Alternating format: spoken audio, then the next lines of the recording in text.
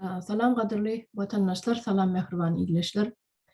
Men bugünkü gepleşigimi Türkmenistan'ın meşhur yazıcılarının biri Turkish Cumhuriyeti barada etmekçi.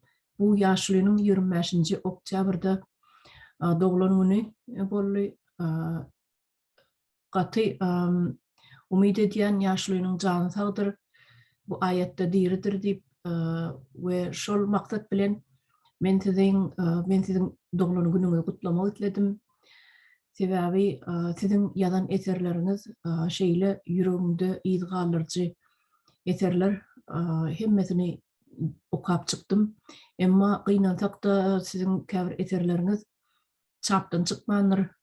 Bir saý sebäplere görä käbir adamlaryň bet niyetleri sebäpli sizin köp eserleriniz çapdan çykman galypdyr.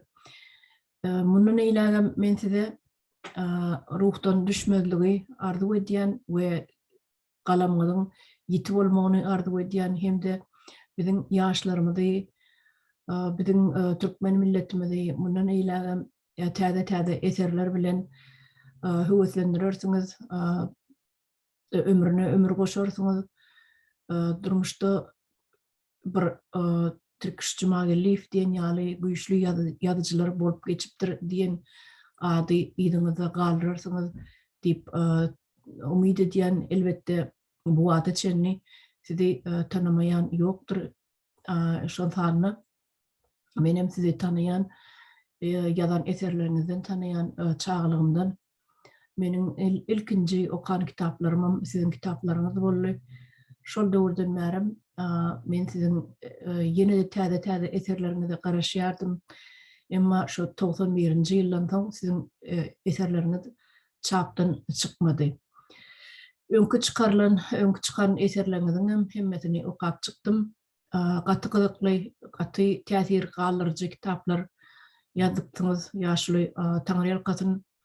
Men şu ýerden hem ýaşlarymyza ýüzlenesim gelýär.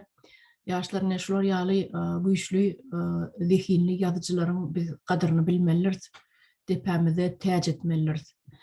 Ýene bir gezek Türkçaga men sizi doğulan günüňiz bilen gyzygyny gutlaýan, mundan eýlägem janyňyzyň sag bolmagyny arzu edýän, ömrüňiz has uzun bolsun.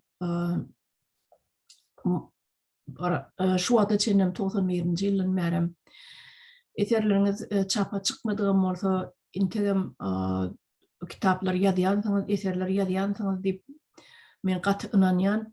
Ol eserlerim netip bolsa ýakyn wagtda çapdan çykar diýip oňa tama edýän, umid edýän. Ruhdan düşmäň, ýazmagy dowam ediň. Ol kitaplaryňyzyň hemmesi çapdan çykar netip bolsa. Bolýa onda watandaşlar, men şu taýda siz bilen hoşlaşaýyn.